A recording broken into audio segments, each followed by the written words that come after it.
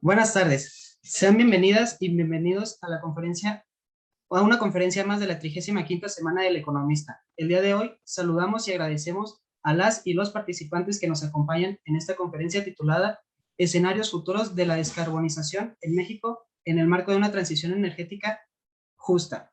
Saludamos al licenciado Jorge Villarreal Padilla, director de Política Climática en ICM.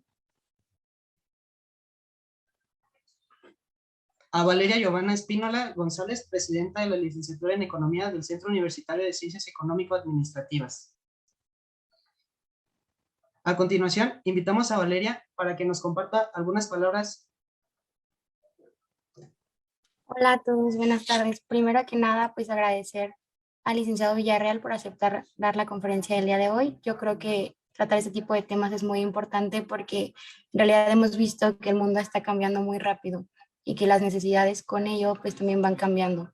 Entonces tenemos que ser conscientes exactamente de cómo tenemos que cubrirla, de en qué panorama nos estamos desarrollando y realmente considerar y tener en cuenta que el factor ambiental y el factor climático es algo que está a la orden del día, que tenemos que considerar en las decisiones que tomemos y sobre todo entender que esto va a indicar cuál va a ser nuestra calidad de vida en el futuro. Entonces sí ser muy conscientes respecto a este tema y vamos a escuchar qué nos tiene que decir el licenciado Villarreal, porque pues yo creo que nosotros pensamos que a lo mejor pues la calidad de vida que tenemos hasta el momento todavía puede llegar a un punto reversible. Vamos a entender si eso puede ser posible y cuál es el papel de nuestra participación dentro de todo este tema. Muchísimas gracias, Valeria, y muchas gracias, Jesús, por la presentación, la introducción. La verdad es que para mí es un increíble placer estar hoy día con todas y con todos ustedes. Desde la Iniciativa Climática de México nos da muchísimo gusto siempre compartir estas reflexiones y construir de forma colectiva el conocimiento en materia de cambio climático y pues qué mejor en el marco de la Semana de Economía. La verdad es que es un tema bastante relevante y lo que nosotras y nosotros desde Iniciativa Climática de México podamos aportar, pues siempre cuenten con ello. Antes de arrancar la presentación, Val, déjenme nada más de manera brevísima comentar quién es Iniciativa Climática de México. Licenciado. Perdón. Adelante. Se me adelantó un poquito, pero... Perdóname, perdón, Jesús, yo aquí rompiendo el orden. Adelante. Está bien, para agarrar confianza. Bueno, muchas gracias por su participación, Valeria, y pues voy a compartirles un poquito de la trayectoria del licenciado. Él es miembro fundador de la Iniciativa Climática de México, donde actualmente es el director de la política climática. El ICM es una organización de sociedad civil sin fines de lucro que desde el 2011 diseña e impulsa la implementación de políticas, programas y proyectos de mitigación de gases de efecto invernadero. Esto con la finalidad de atender la emergencia climática y promover un desarrollo integral socialmente incluyente y de bajo carbono en México. Como responsable de la agenda política climática del ICM, ha estado a cargo de la gestión de más de 130 proyectos de acción climática implementados con recursos del ICM, además del manejo de 8 proyectos multianuales implementados con fondos de agencias de cooperación internacional. De los proyectos de cooperación internacional, destaca su participación como Chief of Party del proyecto Comunidades y Energía Renovable que, con el apoyo financiero del USAID, promovió prácticas participativas y de inclusión social en el desarrollo de proyectos de energía renovable en México entre 2017 y 2020. En su posición como impulsor de un marco legal más adecuado para la acción climática, ha participado en el diseño y promoción de instrumentos legales claves para la acción climática en México, entre los que destaca la Ley de Transición Energética, la Ley de Asentamientos Humanos, Ordenamiento Territorial y Desarrollo Urbano, y las reformas de la Ley General de Cambio Climático en el año 2018, que incorporaron diversos elementos del Acuerdo de París como parte de este instrumento, incluyendo el reconocimiento legal de la contribución nacionalmente determinada. Desde el 2017 es integrante del Consejo Directivo de la Iniciativa de Transparencia Climática, un consorcio global de think tanks que buscan estimular la acción climática en las economías del G20. e incentivar inversiones bajas en carbono en el marco de la transparencia climática. Es autor y coautor de diversos reportes internacionales referentes a evaluar el desempeño de la acción climática, como el reporte de la transparencia climática o el reporte de la brecha de emisiones, ambos publicados anualmente. También ha escrito diversos textos especializados en materia política climática, energía, transporte y medio ambiente. Desde 2008 ha tenido anualmente las conferencias de las partes de la Convención del Marco de Naciones Unidas sobre el Cambio Climático como observador de la sociedad civil o como asesor técnico de la delegación oficial mexicana. Previo a su integración del ICM, del 2004 al 2011 colaboró como coordinador de programas para México, Centroamérica y el Caribe con la Fundación Alemana Heinrich Böll, donde fue responsable de la agenda ambiental y climática de la fundación, así como responsable del manejo de los diversos proyectos gestionados con los fondos de la cooperación. Del 2002 al 2004 fue subdirector A de proyectos de transparencia y rendición de cuentas de la Dirección de Contraloría Ciudadana de la Contraloría General del Gobierno del Distrito Federal. De 1999 a 2001 fue asistente de investigación y apoyo administrativo de Mujer y Medio Ambiente, una organización de la sociedad civil mexicana especializada en impulsar políticas ambientales con enfoque de género. De 1998 a 2002 fue integrante de la Red Mexicana de Acción frente al Libre Comercio, donde tuvo diversas funciones desde apoyo a la investigación como el desarrollo de estrategias de educación popular. Él es politólogo de la Universidad Autónoma Metropolitana y especialista en política y gestión energética y medioambiental de la Facultad Latinoamericana de Ciencias Sociales de México. Gracias por acompañarnos con esta conferencia y recordarles a todas y todos que nos están viendo a través de las redes sociales que pueden dejar sus preguntas en los comentarios y se responderán en la ronda de preguntas al final de la conferencia. Sin más preámbulos, le cedo la voz al licenciado Jorge Villarreal Padilla para que nos comparta el tema escenarios futuros de la descarbonización en México en el marco de una transición energética más justa. Gracias. Gracias a ti, Jesús. Como comentaba, para mí es un placer y escuchando, la verdad, la muy generosa lectura de mi perfil, yo lo que rescato es que ya son muchísimos años en esto. De empezar en el 98. Y no pueden verlo ustedes por la cámara, pero mi pelo ya tiene bastantes canas y mi barba también. Esa es la ventaja de estar en la cámara y no estar presencial, pero la verdad es que con mucho ánimo de poder compartir con las nuevas generaciones, las responsables del tema que vamos a ver en unos momentos, las diversas reflexiones. Me voy a permitir entonces empezar la presentación y a proyectar una, aquí está. Voy a utilizar una presentación PowerPoint solamente como refuerzo. Si no se ve bien, les indicaría que me lo comentaran, por favor, pero entiendo que ya se está presentando de forma correcta la presentación. Valga la redundancia.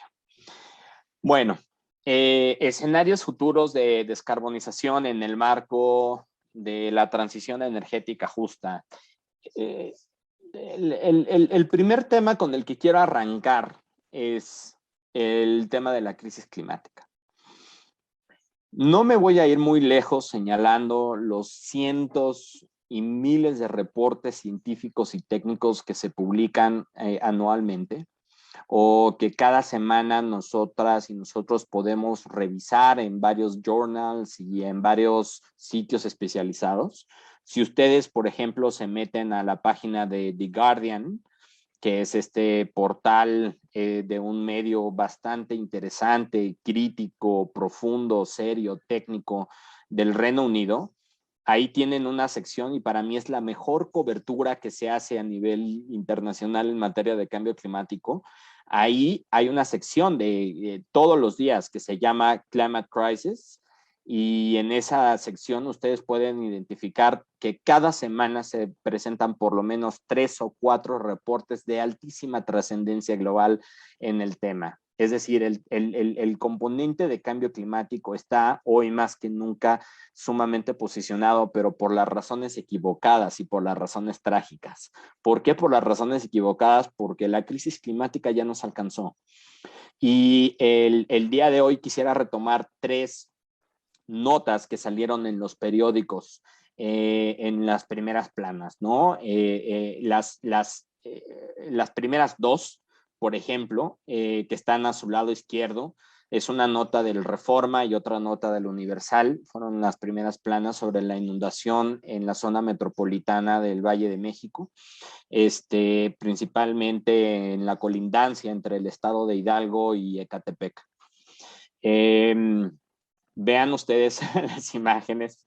Hubo una inundación y además pues muertes, por ejemplo, en el hospital de Tula porque la lluvia, en el IMSS de Tula porque la lluvia hizo que hubiera una falla en el sistema eléctrico del hospital y por lo tanto no se le pudo administrar oxígeno a 10 personas que estaban intubadas con COVID.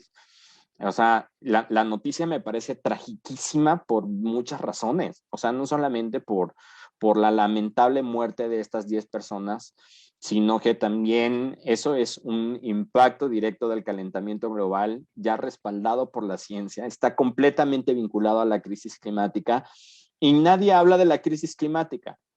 A diferencia de, por ejemplo, la cobertura que hubo esta misma semana y que seguramente todas y todos ustedes siguieron de forma muy cercana, las inundaciones en Nueva York, ¿no? Me imagino que en redes sociales vieron estos videos así de cómo se inundaba el metro de Nueva York. Bueno, el presidente Biden salió a decir, oigan, es que el cambio climático ya está acá. Ya ven cómo sí tenemos razón en estar priorizando el tema del cambio climático. En las inundaciones que observamos en el transcurso de este año, por ejemplo, las inundaciones en distintas provincias en China o en Europa, los encabezados globales decían crisis climática, colapso climático, cambio climático, refiriéndose paralelamente a las inundaciones y al fenómeno. Y aquí en México, nadie habla de cambio climático, que esa es la tercera tragedia. Evidentemente, pues, no comparable con la increíble y lamentable y grave tragedia de la pérdida humana, pero esto es un fenómeno que está aquí y se los quería comentar porque es hoy. O sea, estas notas son hoy, 7 de septiembre. O sea, no estamos hablando de hace un año, 2, 10, 5. Son notas del día de hoy, compañeras y compañeros. La tercera nota que ustedes pueden observar está hasta abajo, es una nota de Forbes. Esa sí no es de hoy, pero es de hace unas semanas, sobre un informe de la Comisión Nacional del Agua que alertó en sentido ya de urgencia, emitió una alerta de urgencia por las sequías extremas que estamos viviendo en México debido a la falta de políticas públicas de agua, pero también debido a cambio en los patrones de precipitación. Y eso también está vinculado con la crisis climática. Ese informe de la CONAGUA, que yo les invito a revisar, ya sea en notas periodísticas o en el propio sitio de la CONAGUA, nos dice que una tercera parte del país está en sequía. Una tercera parte. Imagínense ustedes el impacto que tiene no solamente en la disponibilidad de agua potable, sino que también en los sistemas productivos. Es un impacto brutal. Recuerden ustedes que aproximadamente el 80, un poquito más del 80% del agua potable se utiliza para la producción de alimentos. Si un tercio de la población del territorio nacional, perdón, estamos en sequía extrema, pues me parece un tema gravísimo. Y no es de hoy, pero es de este mes. Y aunado a ese tema, les quiero compartir que también la misma Conagua publicó el año pasado, en enero de este año, el reporte del clima en México con datos hasta el 2020. Y ahí nos dice que el aumento de la temperatura en México ha sido más acelerado del que hemos visto en promedio a nivel global. Recuerden ustedes que el promedio del aumento de la temperatura de la Tierra con respecto a los niveles preindustriales, es decir, con respecto a los niveles de promedio de la temperatura de 1870 para acá, aumentó en 1.2 grados centígrados a nivel global. En México, por diversas circunstancias, aumentó de 1980 Al 2010, 1.4 grados, cuando en ese mismo periodo en el planeta la temperatura aumentó 1 grado centígrado. En las inundaciones, por ejemplo, que vivimos en el 2020 son históricas. ¿Recuerdan ustedes las inundaciones del delta del Usumacinta, ¿no? Las inundaciones históricas de Tabasco y Chiapas, que por cierto ya están bastante cerca la temporada y hay que prestar muchísima atención. Pero en las inundaciones, en tan solo 2 semanas, del 26 de octubre al 6 de noviembre, cayó en el delta del Usumacinta lo equivalente a la lluvia de todo un año de la Ciudad de México.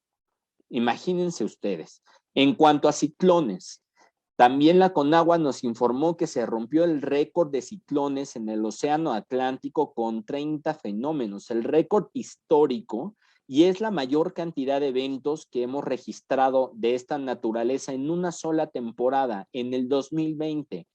Y aquí ya vaticinaba la Conagua que el 2020 tiene la mayor afectación de sequía desde el 2018, impactando principalmente al sur del país y la península de Yucatán. La península de Yucatán, imagínense ustedes, la península de Yucatán en todos los escenarios climáticos posibles era una de las pocas zonas donde el nivel de estrés hídrico no era tan grave, digo, era grave y existía, pero no era tan grave a comparación de la zona semiárida del norte, noreste y occidente.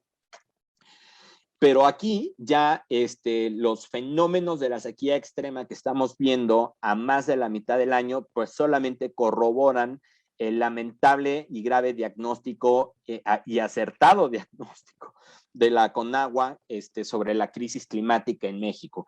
Y yo quiero que ustedes piensen, aquí estamos hablando de inundaciones, de estas bombas de agua que ya son mucho más frecuentes e intensas y poco predecibles. Entonces estamos viendo estas lluvias, inundaciones, sequías al mismo tiempo, aumento de la temperatura, islas de calor, ciclones, etcétera. Bueno, esos son fenómenos de la crisis climática que hoy México estamos viviendo. Y quiero dejarles la pregunta a todas y todos ustedes de qué pasa atrás de cada uno de estos eventos. ¿Qué pasa? ¿A quién impacta? Pues impacta a la gente.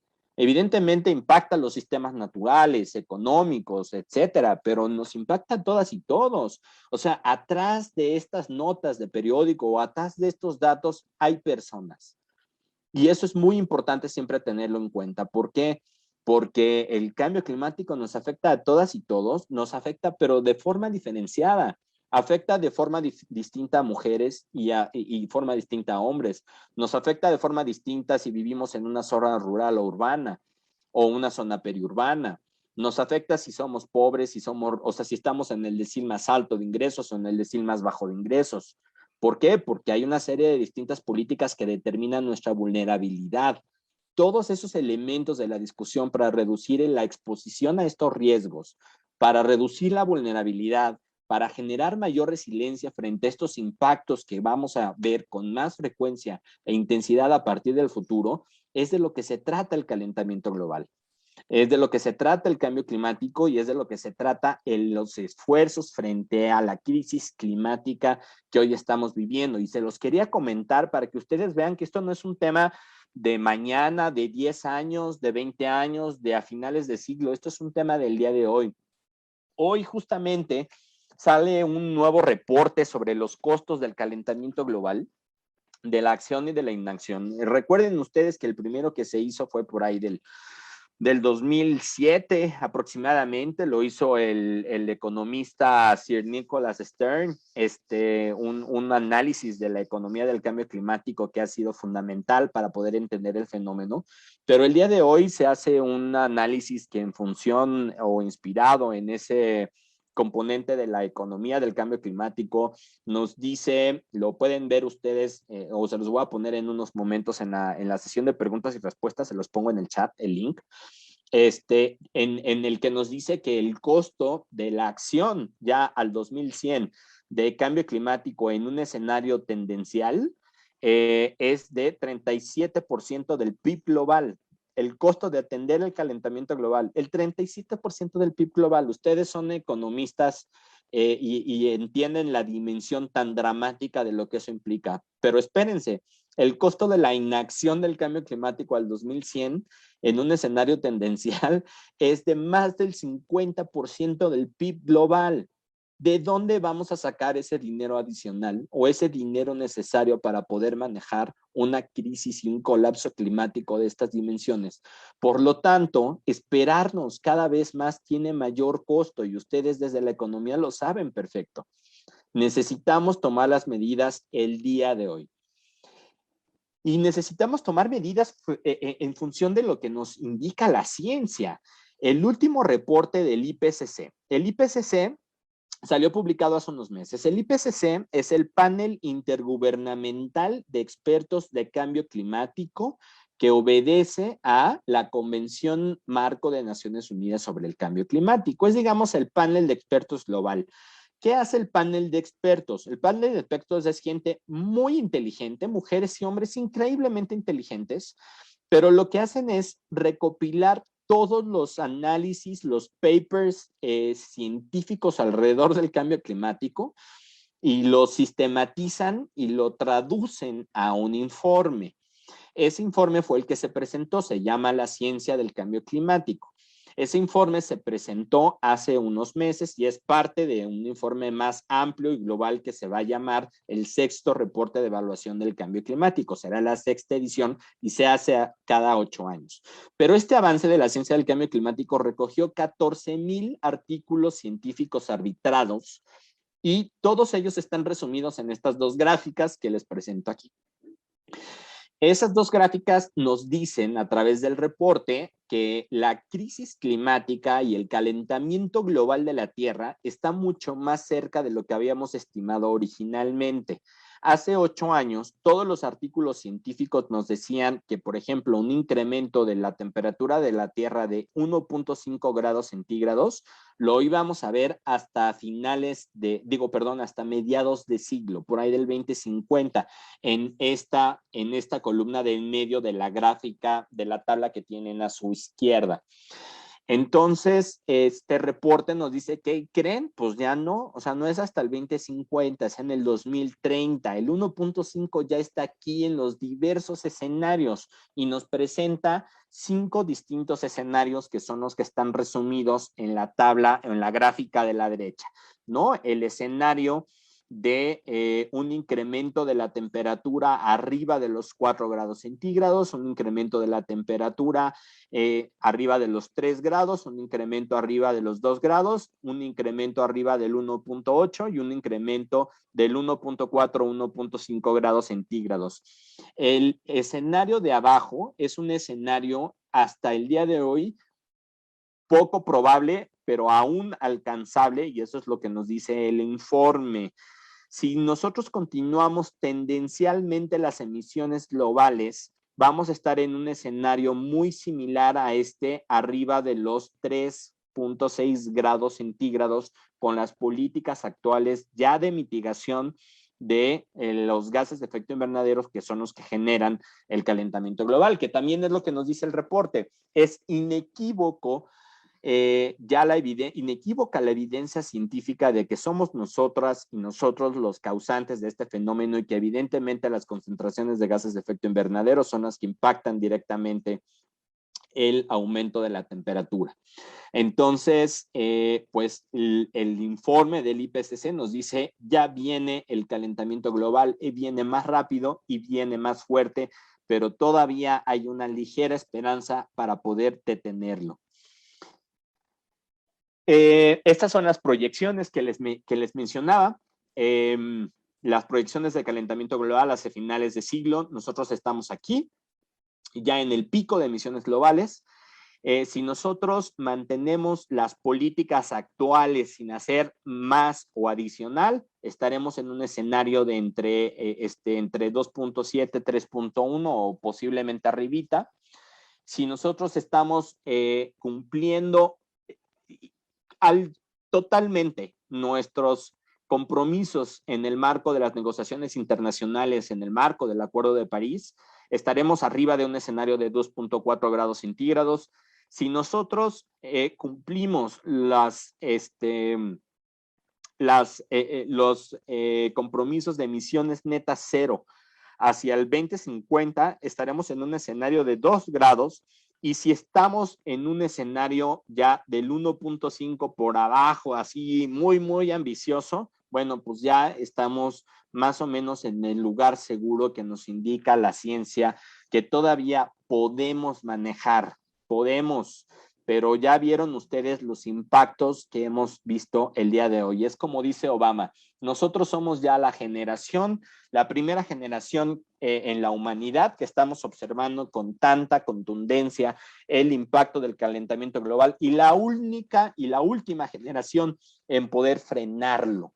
Entonces, eso es un tema muy importante. ¿Y qué necesitamos para estar en esa trayectoria del lugar seguro? Recuerden ustedes que la ciencia nos dice, oigan, el lugar más seguro es el 1.5 grados centígrados de incremento. Bueno, el informe del IPCC nos dice que ya estamos en un incremento del 1.2 grados promedio de la Tierra. O sea, nos queda muy poquitito espacio para estar en no superar o estabilizar nuestras emisiones para que no supere el incremento de la temperatura arriba del 1.5 grados centígrados. Estamos muy cerca. Recordarán ustedes que la cumbre de Biden en abril de este año se hicieron una serie de distintos anuncios diversos sobre mayor ambición, y en el 2019, 20 y 21 hemos estado escuchando a distintas economías diciendo, claro, emisiones netas cero, vamos a una mayor ambición, etcétera. Bueno, la mala noticia que aquí les traigo, colegas, es que estamos ya aún si cumpliéramos los compromisos climáticos después de la cumbre de Biden, no antes, después de la cumbre de Biden, si los cumpliéramos al 100%, nosotros todavía tenemos una brecha de emisiones de entre 20 y 24 gigatoneladas de CO2 equivalente al 2030.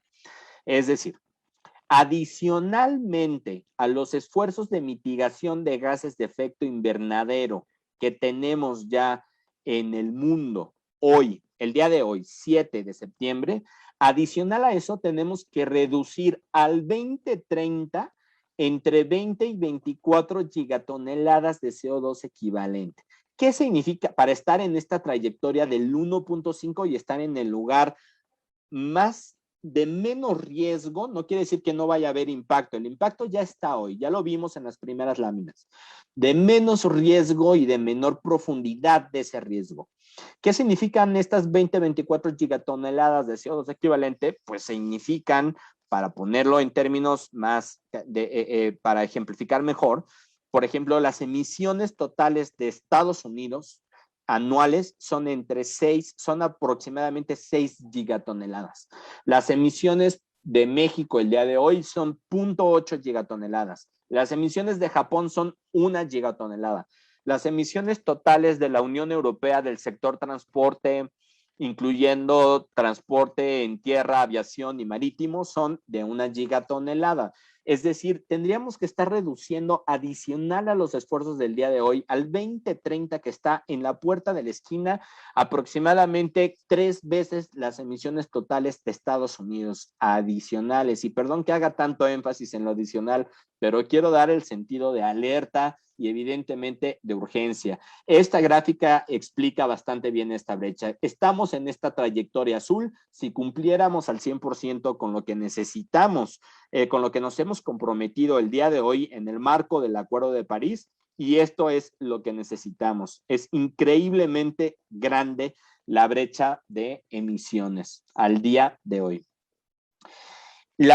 Y como ustedes recordarán, la principal fuente global de las emisiones de gases de efecto invernadero que generan la crisis climática, pues está en el sector energía.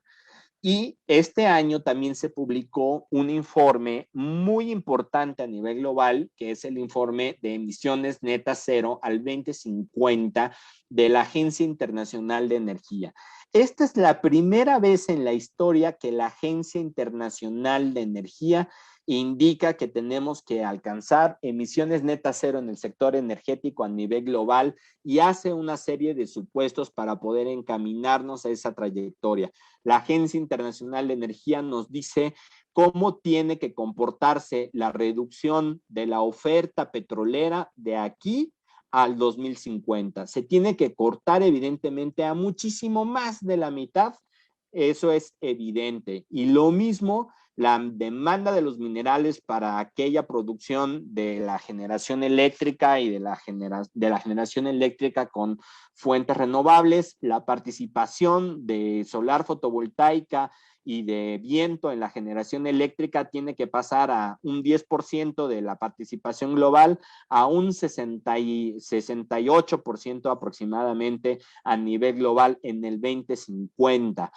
La participación, por ejemplo, la capacidad adicional en el sector fotovoltaico de viento tiene que multiplicarse por 4 el día de hoy, de aquí al 2030 para poder estar en esta trayectoria.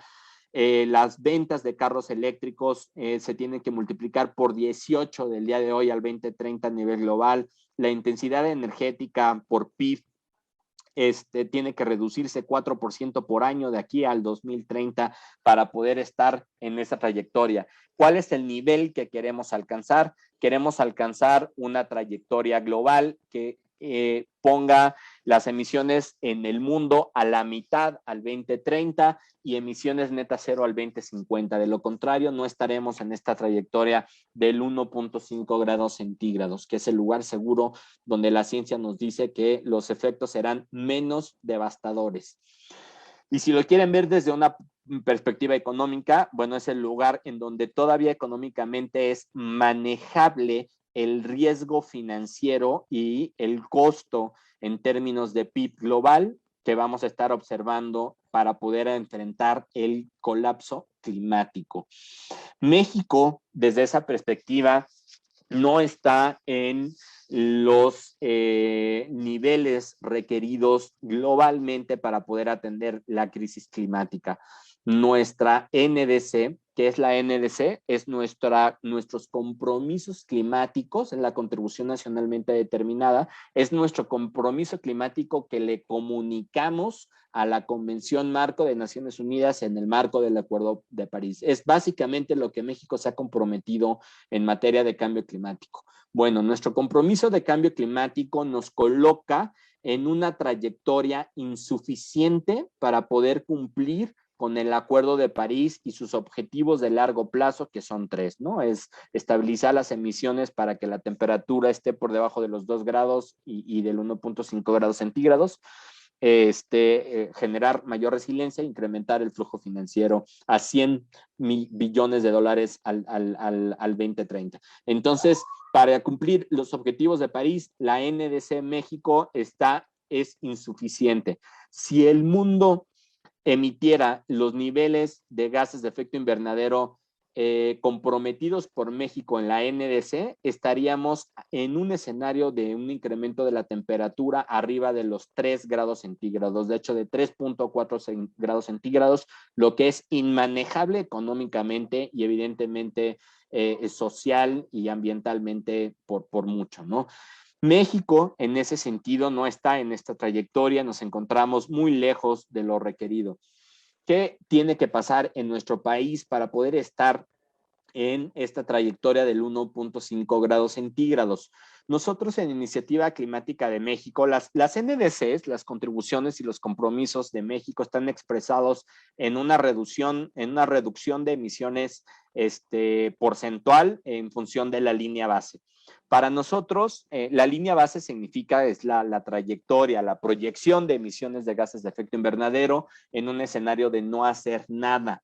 Y esa línea base se calcula pues identificando el Producto Interno Bruto o la tasa de crecimiento del PIB en función con el factor de emisión de país y así se calcula la línea base, ¿no?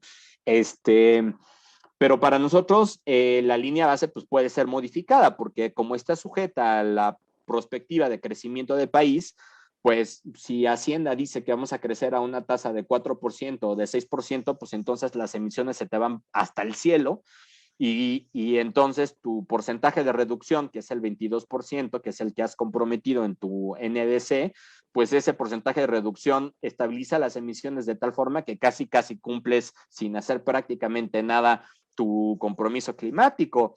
Por eso es que nosotros hemos identificado en vez de tener esa metodología, proponemos y hemos impulsado el identificar un presupuesto de carbono. El presupuesto de carbono es identificar la trayectoria del 1.5 y el área bajo la curva es lo que tú puedes emitir como país para poder estar en trayectoria del 1.5. Gráfica que ustedes ven hacia la izquierda abajo es el presupuesto de carbono de México por sector. Y este presupuesto de carbono es para la trayectoria del 1.5 grados centígrados de 8.9 gigatoneladas que podemos gastar de aquí al 2100. Pero lamentablemente en el presupuesto de carbono esas gigatoneladas disponibles se acaban ya en el 2050, en el 2060 tenemos que ya tener emisiones netas cero y a partir de ahí tenemos que empezar a puramente capturar, ya no emitir emisiones, sino solamente capturar emisiones a través de lo forestal. Y en ese sentido de la captura forestal y de los sinks, ¿no? De carbono. Entonces, 8.9 gigatoneladas, pues ese presupuesto de carbono nos los vamos a acabar tan solo en 10 años si continuamos con la tendencia de consumo energético y de emisiones de efecto invernadero. ¿Qué tendría puesto en porcentajes, digamos, en el lenguaje en que está puesta la NDC de México y en cómo lo maneja el gobierno de México? Nosotros tenemos que reducir el 22% de nuestras emisiones en nuestra NDC, en nuestro compromiso climático. Pero eso, como vimos en la gráfica pasada, nos pone en una trayectoria de arriba de 3 grados centígrados.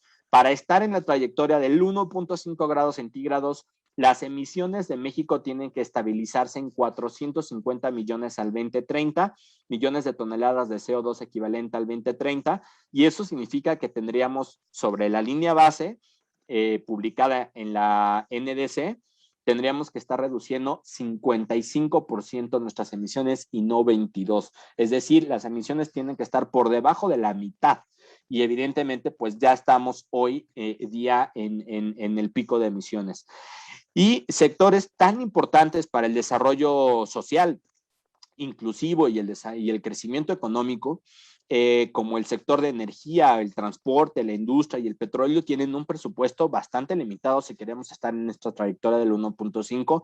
El sector eléctrico tiene un presupuesto de tan solo 1.6 gigatoneladas de CO2 equivalente al 2100. Bueno, ese 1.6 no los vamos a acabar en nada si no cambiamos nuestra matriz eléctrica. Como les decía, tenemos un presupuesto de carbono bastante limitado y por lo tanto necesitamos que la matriz energética tenga una participación mucho más amplia de fuentes renovables. ¿Por qué les pongo aquí el sector eléctrico? Porque el sector eléctrico representa el 19% de las emisiones totales del país y es evidentemente uno de los sectores más importantes que tenemos que atender para poder generar estos escenarios de descarbonización. Nosotros hicimos un análisis que es bastante detallado y pueden encontrar en nuestra página web, el link lo ponemos más adelante y además evidentemente ustedes se quedan con esta presentación sin ningún problema. Y ahí viene la referencia atrás de cada uno de los elementos que estoy incorporando acá. Pero nosotros desarrollamos un documento que se llama las rutas de descarbonización al 2030 y presupuesto de carbono para México en el 1.5. Y estas son las rutas. ¿Cómo se ve en un escenario de 1.5? Bueno, debe ser el comportamiento de una descarbonización acelerada. Este es nuestro presupuesto de carbono de 1.5, la línea rosa, de aquí al 2030. Estas son las emisiones y estos son los años. Y la ruta de descarbonización es bastante acelerada en el escenario del 1.5 y tiene esta trayectoria, tiene que reducir sus emisiones a más de la mitad para estabilizarse en aproximadamente 64 millones de toneladas al 2030, cuando ahorita tenemos unas emisiones del sector eléctrico de 142 millones de toneladas, ¿no?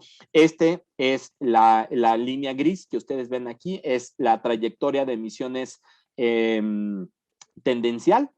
Este es de hecho basada en el PRODECEN, que es la perspectiva del sector eléctrico del 2019, este es del 2019, y estas son las trayectorias del NDC, de acuerdo al NDC.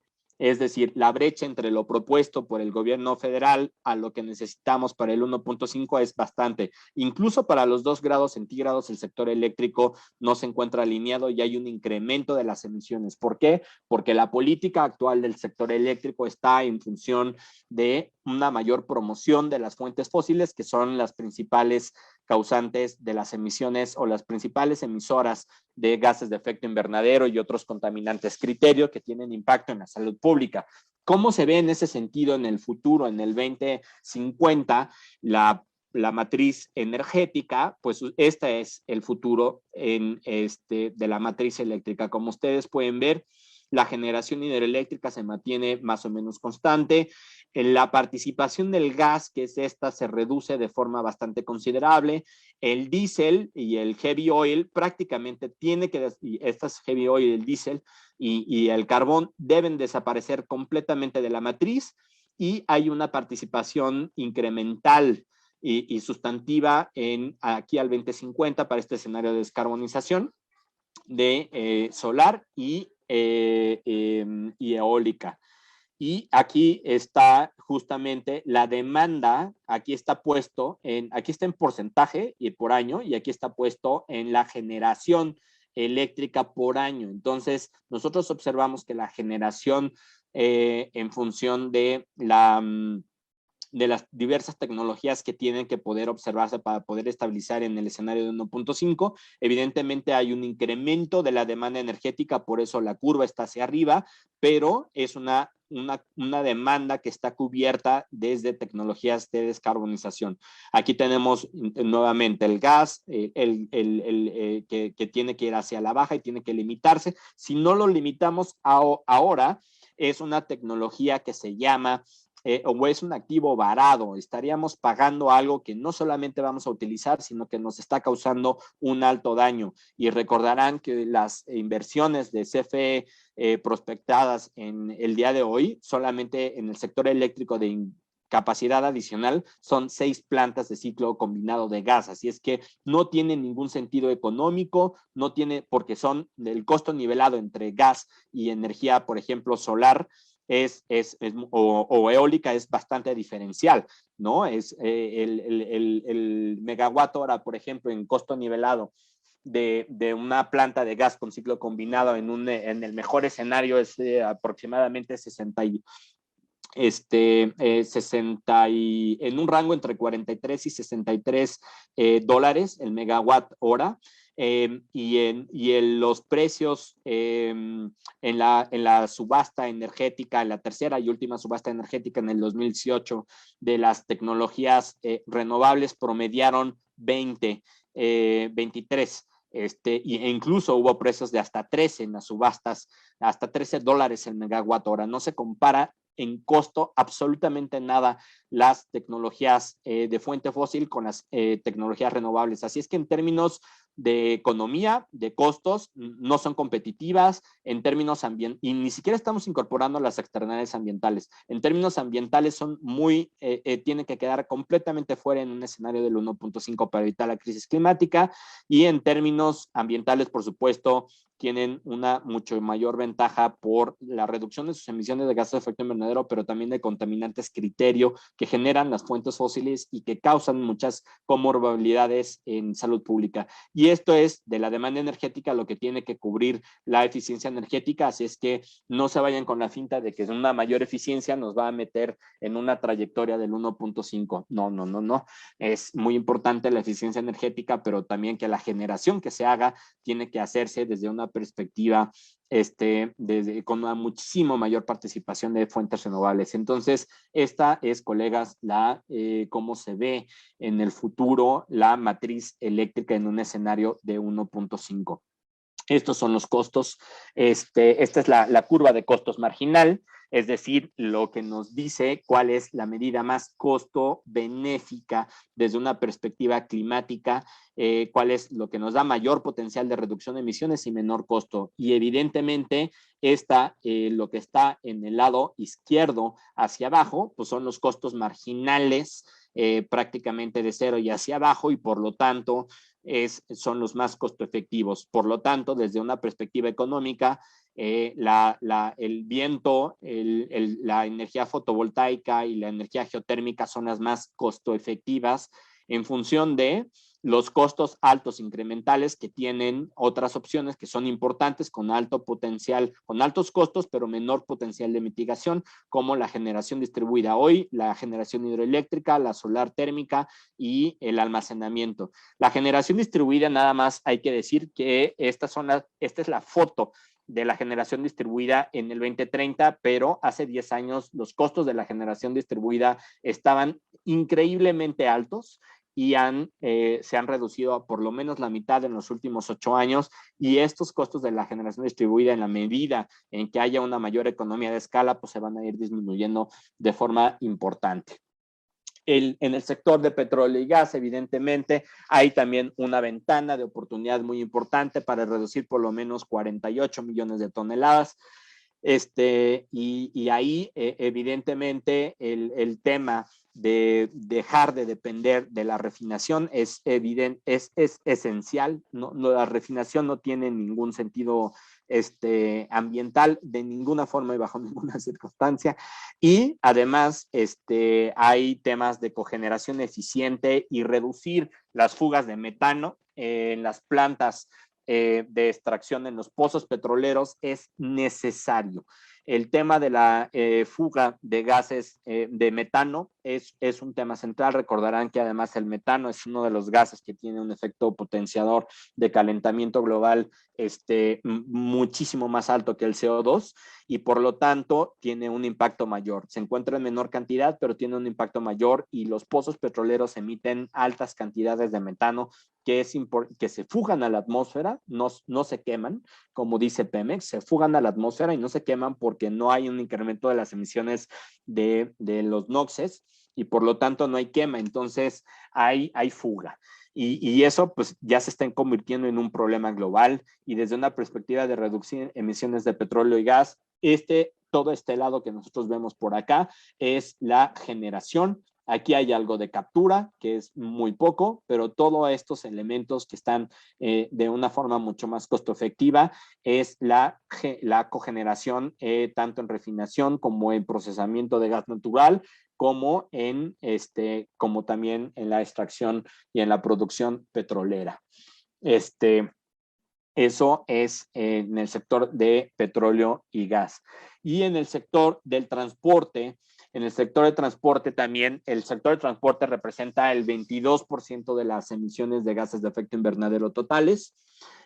Por lo tanto, entre petróleo y gas, sector transporte y el eléctrico, pues representan el 63% de las emisiones totales, o el 67%, ya no me acuerdo, perdón. Ahorita voy a revisar el dato, pero en el sector de transporte tenemos una muy importante oportunidad de reducción de gases de efecto invernadero. ¿Por qué? Porque debemos necesariamente evitar los viajes, que esa es la primera condición, y eso lo podemos hacer a través de del manejo de una gestión de demanda eficiente, pero también del cambio modal, es decir, de cambiar los modos en cómo nosotros movilizamos y nos transportamos, movilizamos carga y nos movilizamos nosotros y transportamos, incluyendo carga. Y en ese sentido, la demanda energética del sector transporte en un escenario del 1.5 grados centígrados tendrá que reducirse hasta en un 80%. Para poder hacerlo, y las emisiones tendrán que caer de esta proyección al 2050 a 44, que es prácticamente nada, y en el 2030 el escenario tendencial son 200 millones de toneladas, y tienen que reducirse por lo menos a 140 millones de toneladas si queremos estar en este escenario del 1.5. Para eso, tenemos que necesariamente cambiar, como les mencionaba, reducir los viajes a través de gestión de demanda y el cambio modal. Tenemos después que los viajes que nosotros tenemos, que sean viajes de bajo carbono, es decir, la participación de los motores de combustión debe de prácticamente desaparecer ya para el 2030 y debe de incrementarse necesariamente la participación de las ventas. Bueno, no desaparece al 2030, perdón, pero deben de reducirse de forma sustantiva para que la participación de las ventas eléctricas sea por lo menos de un 45-50% de toda la flota en el 2050. Y después, también necesitamos incrementar la participación de fuentes no motorizadas para poder continuar movilizándonos. Esos fueron como los escenarios de descarbonización para el futuro, pero es muy importante, particularmente para la generación eléctrica. Yo no quería dejarlo de lado. Aprovechar el sector eléctrico para comentar dos elementos que me parece sustantivo. La primera de ellas es que no queremos mayor energía renovable per se, sino queremos una energía renovable que reconozca las distintas escalas, no solamente los proyectos de gran escala, que reconozca distintas escalas y que tenga una gestión en territorio y que la relación de los proyectos y la participación de las comunidades en los proyectos sea distinta, que haya una distribución distinta a la del día de hoy en la gestión de los proyectos. ¿Por qué? Porque hasta la fecha los proyectos de infraestructura se planean desde una perspectiva técnica financiera, pero no desde una perspectiva social. Si lo quieren ver desde una perspectiva económica, financiera, los conflictos socioambientales tienen son riesgos no técnicos de los proyectos que incrementan altamente el costo y que vulneran su viabilidad en el futuro. Si lo quieren ver desde una perspectiva sociológica y una perspectiva política o incluso ética, no puede haber una planeación en territorio sin la participación de la gente en zonas urbanas, periurbanas y rurales, evidentemente de las comunidades indígenas en donde se encuentren presentes, pero necesitamos una participación efectiva en territorio para evitar los conflictos socioambientales. México cuenta hasta el día de hoy 173 conflictos existentes que son identificados en el Environmental Justice Atlas, que es el 5% de los conflictos socioambientales en el mundo. Y muchos de ellos están evidentemente basados por los conflictos mineros, de agua, bosques y energético principalmente. Entonces, ¿qué tipo de transición energética, qué tipo de trayectoria del 1.5 queremos? Esa es una pregunta que se tiene que decidir, que nosotros tenemos que posicionarnos y que tenemos que construir de forma colectiva.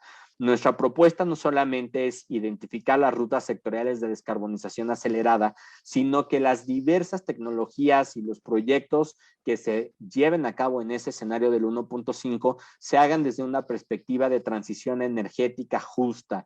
Eso quiere decir que, y ahorita lo voy a comentar, eso quiere decir que tenemos que... ¿Sí? Nos quedan 10 minutos, perdón. Ya estoy cerrando con esto, Val, muchísimas gracias.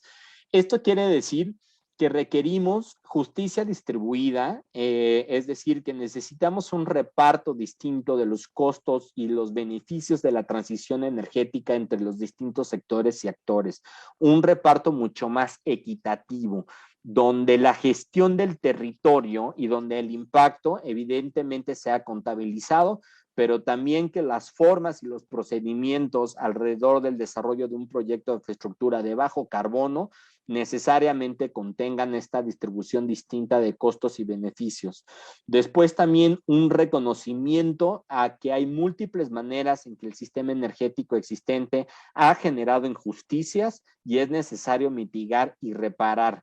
Y finalmente, que los instrumentos y espacios sean abiertos a la participación y al derecho a decidir sobre el tipo de energía que se va a gestionar, por quién y cómo. Y yo incluso lo ampliaría hacia la respuesta que necesitamos para esa transición energética justa, desde la distribución, el reconocimiento y el procedimiento en estas tres nociones de justicia, ¿Qué tipo de transición energética queremos? ¿Cómo garantizamos la inclusión social? ¿Cómo garantizamos el desarrollo desde el territorio de los proyectos de descarbonización y poder atender en ese sentido la crisis climática? Yo les dejo desde esa perspectiva, antes de terminar, la reflexión de cómo ustedes visibilizan, y les pido que por favor lo piensen, no solamente piensen en qué tipo de transición energética justa, de descarbonización acelerada, en función de los datos que ya observamos, desean o quieren construir. Evidentemente tiene que ser una transición energética justa y equitativa, ¿no? Con estas tres nociones de justicia que nosotros proponemos. Pero independientemente de eso, también es importante entender que desde una perspectiva del colapso climático necesitamos adaptarnos e identificar cuál va a ser el impacto en nuestro perfil económico y nuestro perfil de desarrollo de país. ¿Cómo va a afectar esta crisis climática a México? Y debemos de adaptarnos y generar resiliencia. Pero también el mundo va a cambiar. El mundo va a cambiar porque tenemos necesariamente, para evitar los altos costos que mencionábamos de la crisis climática, que ir transitando hacia escenarios de una descarbonización más acelerada. Ojalá y lo podamos cumplir para poder estar en no más de 1.5 grados centígrados y tener la capacidad de un manejo más o menos factible de la crisis climática. Pero el mundo evidentemente se encamina a la descarbonización acelerada, con mayor o menor intensidad. En ese sentido, les dejo otra pregunta. ¿Qué perfil ustedes visibilizan para México en ese escenario global? ¿Qué México puede aportar o qué perfil económico queremos? Nosotros queremos ser solamente los proveedores de los minerales raros para poder producir los chips necesarios o los componentes necesarios para que las grandes economías estén en línea con este escenario del 1.5. México quiere solamente ser el proveedor de litio, por ejemplo, para las baterías de vehículos eléctricos. ¿O queremos nosotros, desde una perspectiva de desarrollo socialmente inclusivo que nos permita reducir la pobreza de forma significativa y reducir las inequidades existentes en nuestro país, identificar las maneras en empatar estos esfuerzos del combate a la pobreza y la inequidad con un escenario de bajo carbono y encontrar las diversas vocaciones económicas y sociales que nos permitan transitar hacia ese nuevo mundo de baja descarbonización en el marco de la transición energética justa? No queremos, por ejemplo, desarrollar clústeres económicos en aquellas regiones altamente afectadas, por ejemplo, con tecnologías altamente contaminantes como la refinería o como las carboeléctricas.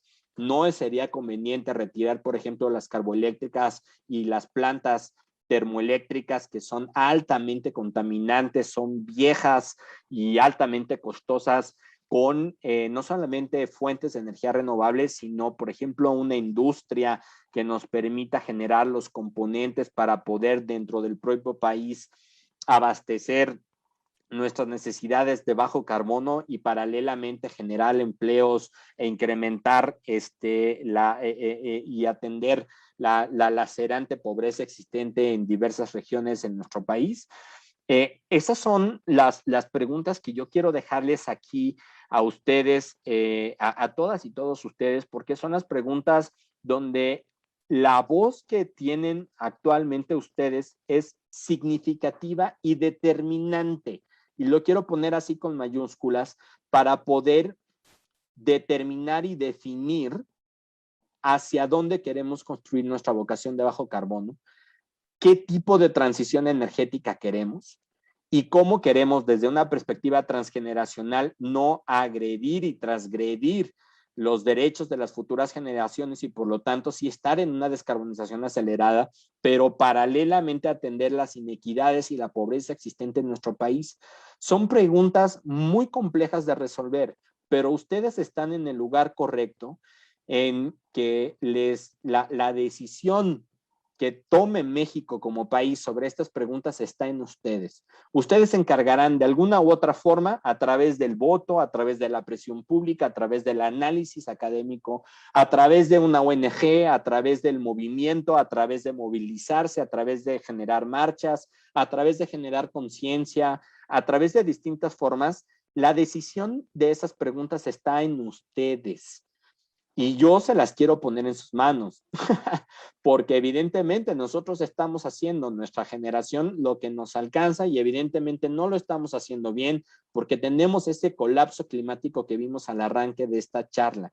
Pero en ustedes está la responsabilidad, estimadas y estimados, de poder hacerlo mejor que nosotros lo estamos haciendo. Se requiere un gran esfuerzo, pero de verdad confiamos en que ustedes tomen la decisión correcta y que sigan estas trayectorias aceleradas de descarbonización, que las corrijan y que las hagan operacionales, que las implementen paralelamente atendiendo los retos de inequidad y pobreza existente en nuestro país. Son retos complicadísimos, complicadísimos. Y no es justo poner en las manos estas responsabilidades tan increíbles, no es justo ponerlas en las manos de unas pocas, pero no lo hago, lo ponemos en las manos de todas y de todos, incluyéndolos. Y espero que estos datos y algunas reflexiones que compartimos el día de hoy les invite a tener mayor participación, más ganas de poder atender esto que evidentemente es el principal problema que viviremos en los siguientes 100 años.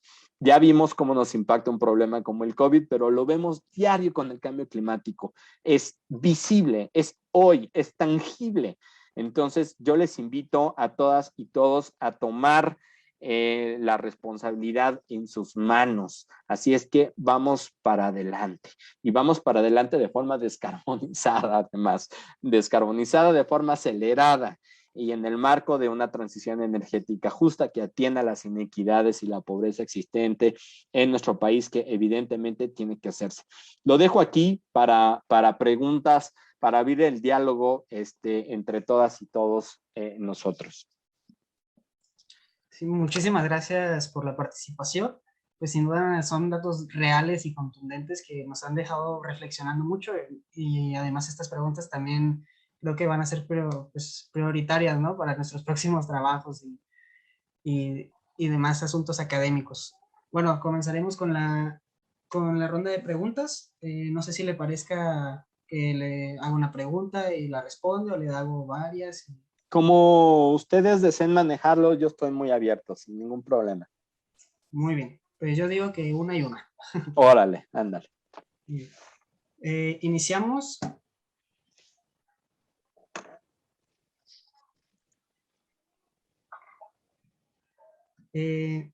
Si se reducen las emisiones y se crean políticas nuevas, ¿de qué manera repercutirá en los procesos productivos y hasta qué grado se tendrán que ver reducidos? Esto lo menciono debido a altos niveles de consumismo. Esa es una excelente pregunta. Porque no hay energía que alcance, no hay energía renovable que alcance para abastecer toda nuestra demanda energética si nosotros continuamos con un nivel de consumo con el que tenemos actualmente. O sea, si nosotros continuamos como vivimos el día de hoy, tal cual, sin cambiar nuestros propios hábitos, no va a haber energía renovable, no va a haber espacio para la energía renovable suficiente, ni aunque pongamos las nuevas hélices eólicas en el mar, como ya lo está haciendo Reino Unido.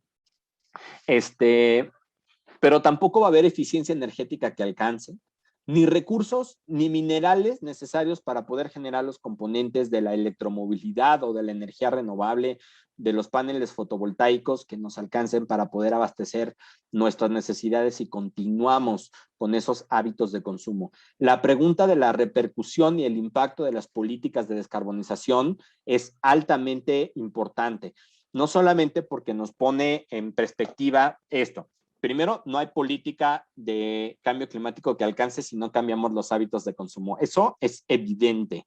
Y las políticas de cambios de consumo lamentablemente no están siendo atendidas a nivel global de forma acelerada. Yo creo que eso es un área increíble de oportunidad. Ni siquiera están siendo bien atendidas. Yo no conozco, no es que conozca todos los análisis, evidentemente no los conozco y seguro estoy lejos de conocer todos los análisis, pero sí les puedo decir que conozco los análisis más relevantes globales en materia de cambio climático y ninguno de ellos atiende adecuadamente desde una perspectiva de modelación técnica y económica, el impacto en el consumo y los cambios de consumo, y eso es una increíble área de oportunidad. Así es que quien vaya haciendo su tesis en ese sentido, váyanle anotando porque evidentemente será un hitazo cuando ustedes la publiquen. Y el segundo elemento es que se desprende esta pregunta es, claro, ¿qué pasa con las externalidades ambientales también de las políticas de descarbonización? ¿Qué pasa con las externalidades ambientales de los proyectos de energía renovable y de los proyectos del cambio de modelo de ciudades? Bueno, hay que considerarlos, evaluarlos y atenderlos, pero déjenme decirles, hay que considerarlos y atenderlos, tomar las medidas adecuadas para poder mitigarlos y evitarlos. Eso no hay duda, pero tampoco hay duda de que nos queda otra opción. O sea, el cambio de comportamiento o el descrecimiento no lo vamos a poder alcanzar, aunque lo empecemos hoy unilateralmente en todo el mundo y cambiemos todos los hábitos, no lo vamos a alcanzar ni en 20 ni en 30 años. Y recuerden ustedes que las emisiones se quedan, las concentraciones de las emisiones se quedan 100 años en la atmósfera. O sea, el problema ya no desaparece solamente cambiando el consumo, se mitiga cambiando los modelos de consumo, pero eso es un problema que tenemos que sí o sí que atender porque no nos queda otra opción. Y también hay que repensar no solamente en nuestros hábitos de consumo como tal, desde nuestro hogar, sino desde nuestro barrio, desde nuestra colonia, desde nuestro pueblo, desde nuestra propia ciudad. Y eso es súper importante porque seguimos construyendo y seguimos permitiendo que las ciudades crezcan tendencialmente. No hay un cambio en el modelo de desarrollo urbano sustantivo y por lo tanto el carro sigue siendo o sigue estando en el centro de las ciudades, lo que es inimaginable.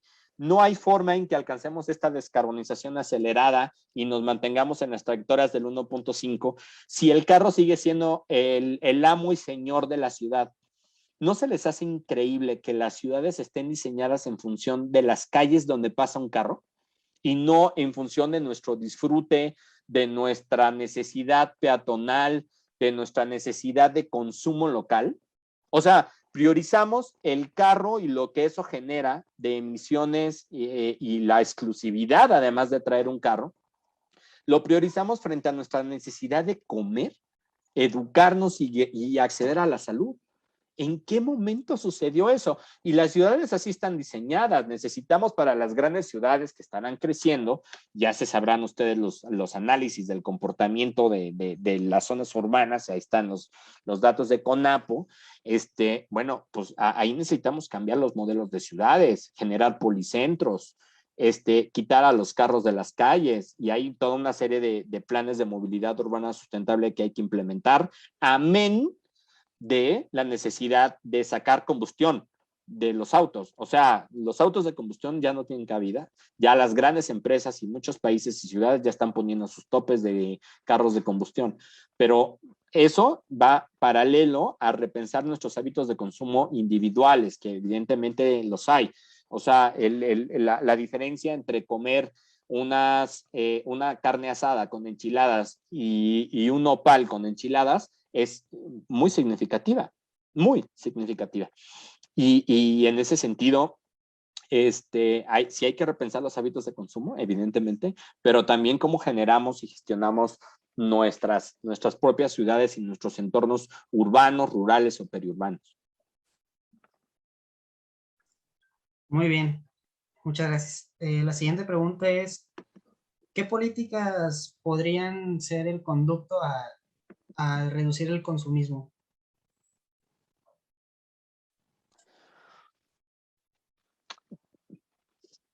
estaba tentado a responder que hay que hacer un ejercicio interno y hay una serie de cuestiones que hay que acomodar. Pero no solamente requiere de un cambio individual y no es una decisión individual. Eso es muy importante. Las emisiones, hoy había un dato súper interesante de que las emisiones generadas por las 20 principales empresas cárnicas en el mundo son mayores a las emisiones totales de Alemania. Échense esa. Y lo comento porque hay responsabilidad. El G20, las economías del G20, y ustedes pueden observar, no se los puse en el chat, perdón, en la presentación, pero ustedes pueden consultar nuestro reporte de la transparencia climática, el Climate Transparency Report. Si lo googlean, ahí les va a salir. Y hacemos una evaluación del performance del G20, año con año, incluyendo México. El G20 es responsable del 86% de las emisiones globales. O sea, 20 países son responsables del 86% de las emisiones globales. Las 50 corporaciones más grandes del mundo son responsables de más de la mitad de las emisiones globales. Las 20 empresas cárnicas son responsables de mayor emisiones que de todo un país como Alemania. O sea, lo que quiero decir es, hay responsabilidad y las políticas públicas y las decisiones públicas deben delimitar el alcance de continuar contaminando de aquellos que lo están haciendo. Eso lo puedes hacer a través de diversos controles, pero tiene primero que cruzar la voluntad política y una decisión política para poder cortar esas emisiones. No podemos solamente apostar, como muchos lo hacen, a que la tecnología en el 2050 nos va a sacar del problema, porque muchos de los escenarios que yo les presenté del escenario del 1.5, esa es la respuesta que dan.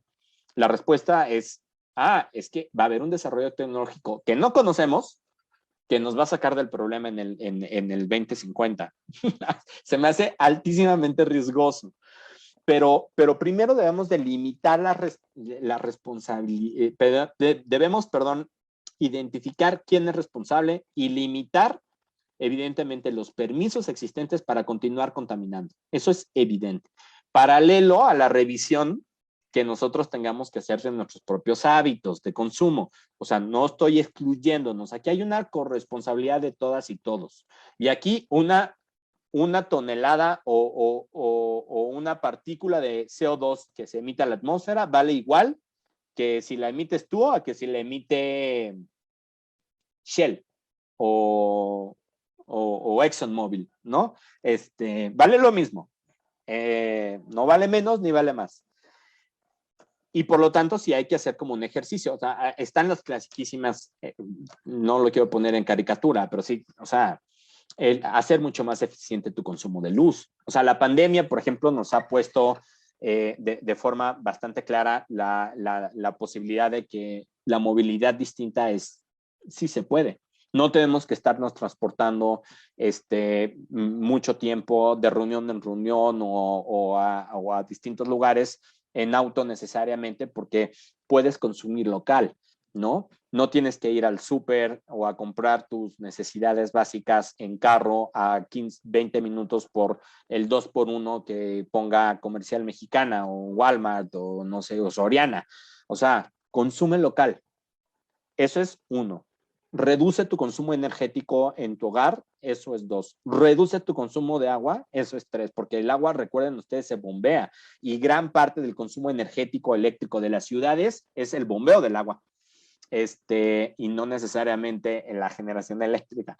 Entonces, reduce tu consumo de agua, reduce tu consumo energético, desconecta tus aparatos, apaga las luces, pon luces eficientes, utiliza la energía lo menos posible, no utilices el automóvil privado para transportarte tú sola o tú solo, utiliza el transporte público.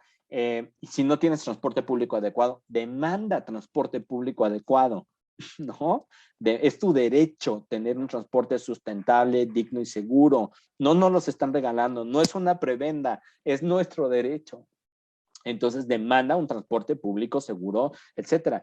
Y en ese sentido, pues no utilices tu auto privado, vete en bici si son distancias relativamente lejanas, o combina la bici o tu patín con el metro, etcétera. Eso yo hacía, por ejemplo, yo tengo más de 40, ¿verdad?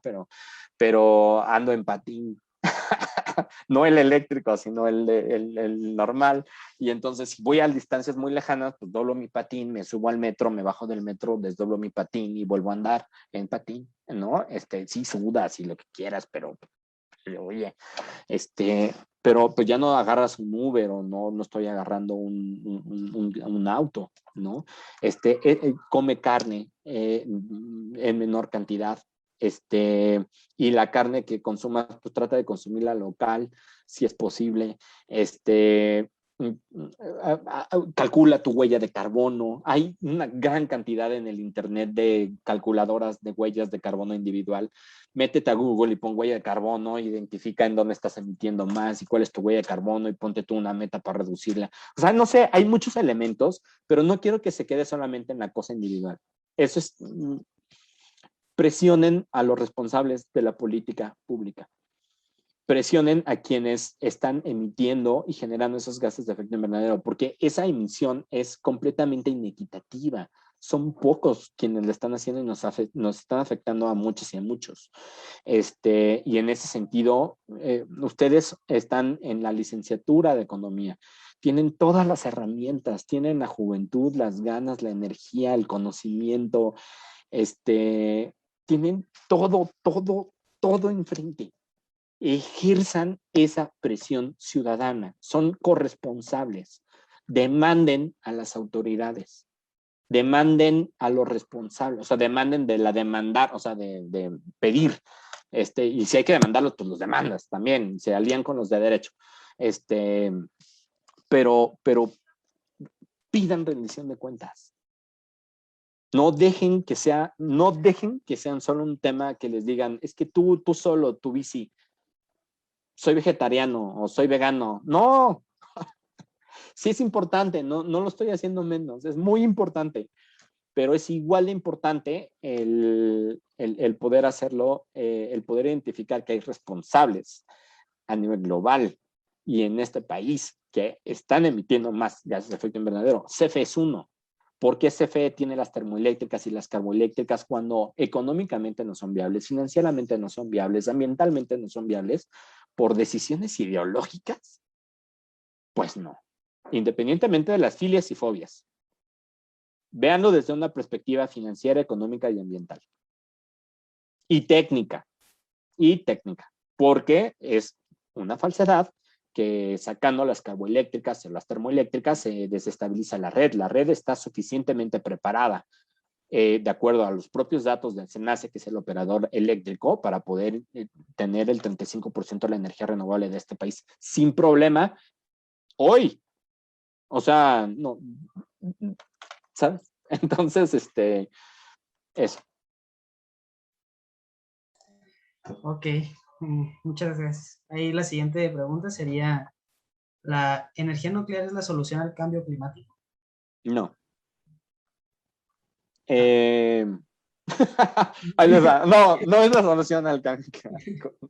Y aquí voy a hablar a título personal porque en Iniciativa Climática de México no tenemos una postura oficial al respecto, no porque estemos a favor o en contra o a favor, sino porque no la hemos determinado, simplemente. Y no quiero hablar a nombre de mis colegas, ¿no? Pero título personal, no, la energía nuclear no es una opción. Si ustedes observaron, no era un examen de la vista. La presentación PowerPoint y estoy seguro que no pudieron ver a detalle cómo se ve la matriz eléctrica, pero los invito a que por favor consulten en nuestra página de internet las rutas sectoriales de descarbonización porque ahí viene todo el detalle. Desde una perspectiva técnica y económica, no es necesaria la energía nuclear. No lo es.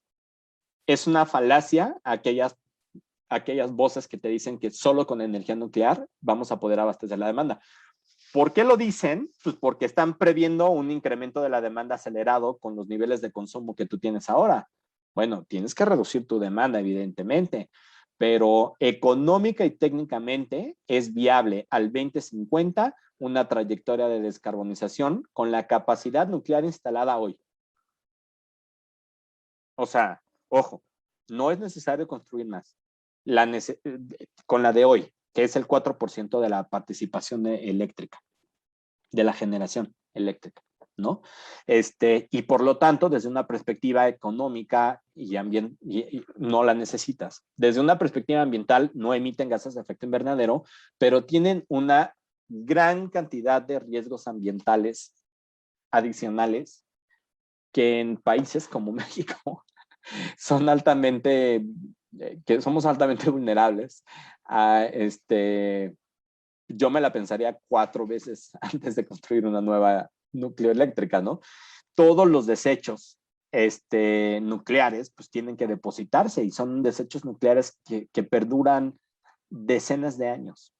Entonces, ¿por qué a las siguientes generaciones le tienes que poner la responsabilidad del manejo de esos desechos nucleares?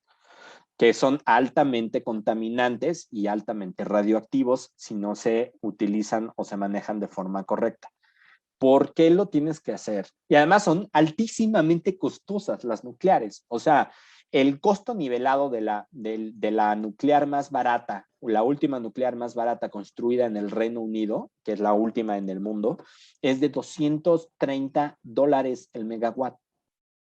O sea, ¿qué va de $230? El costo nivelado, no sé si ya se familiarizan con el concepto. Un costo nivelado es el costo de inversión más el costo de operación.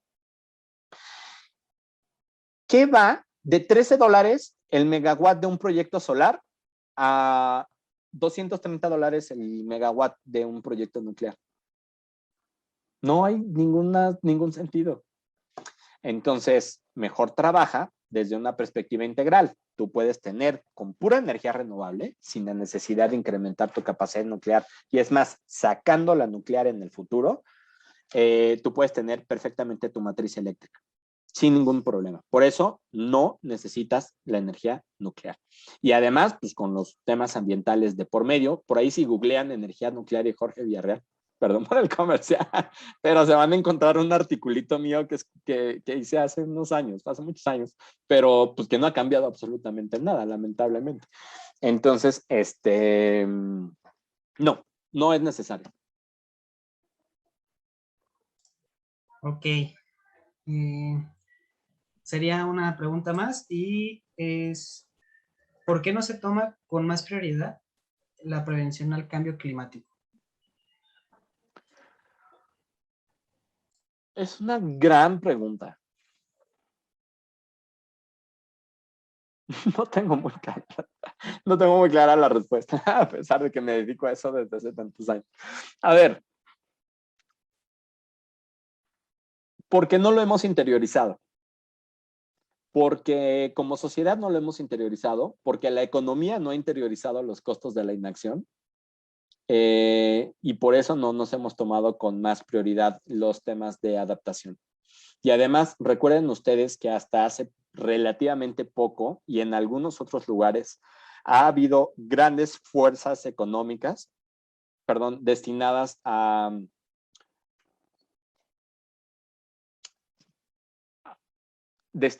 construir una narrativa que desestima el cambio climático como un fenómeno real.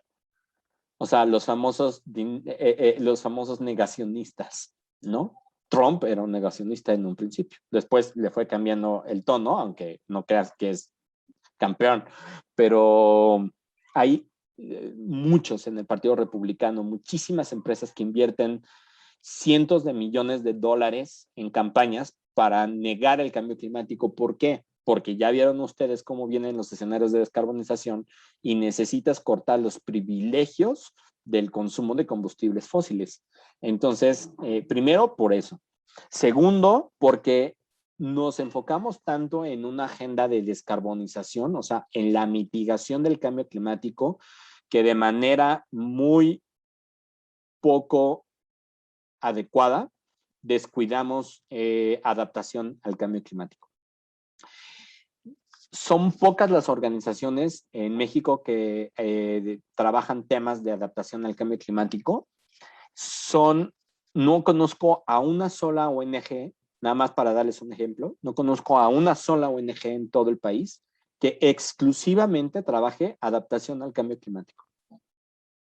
Hay un par de organizaciones que trabajamos exclusivamente en mitigación al cambio climático, pero no hay nadie que trabaje cambio climático. Digo, adaptación, perdón, exclusivamente. Hay muchas que sí lo trabajan, pero no de forma exclusiva. Y también eso tiene que ver con que las prioridades de las agencias de cooperación y del financiamiento climático en el mundo están puestas en mitigación. El desbalance entre los fondos destinados para el cambio climático entre mitigación y adaptación es brutal, es de 80-20, ¿no? 80% se va a mitigación y 20% para adaptación. Entonces, esto también, pues, es un incentivo bastante perverso de por qué no permea en los países, no permea en las organizaciones, no permea nada. O sea, necesitas un esfuerzo adicional para poder hacer primero el balance en los recursos necesarios para mitigación y adaptación. Entonces, pero lo hemos descuidado y ya nos alcanzó la realidad.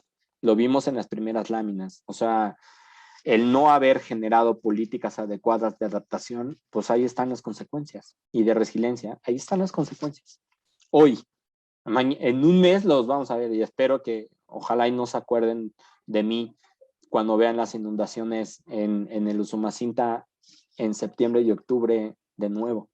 ¿Se acuerdan cuando Jorge nos platicó eso? Mal plan.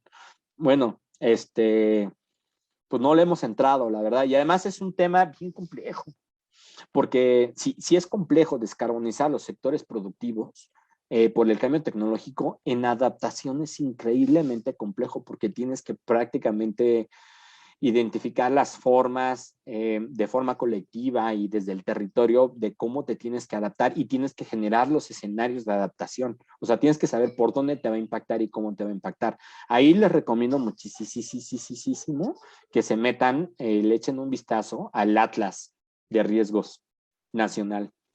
Es un documentazo, que generó Semarnat y el INEC.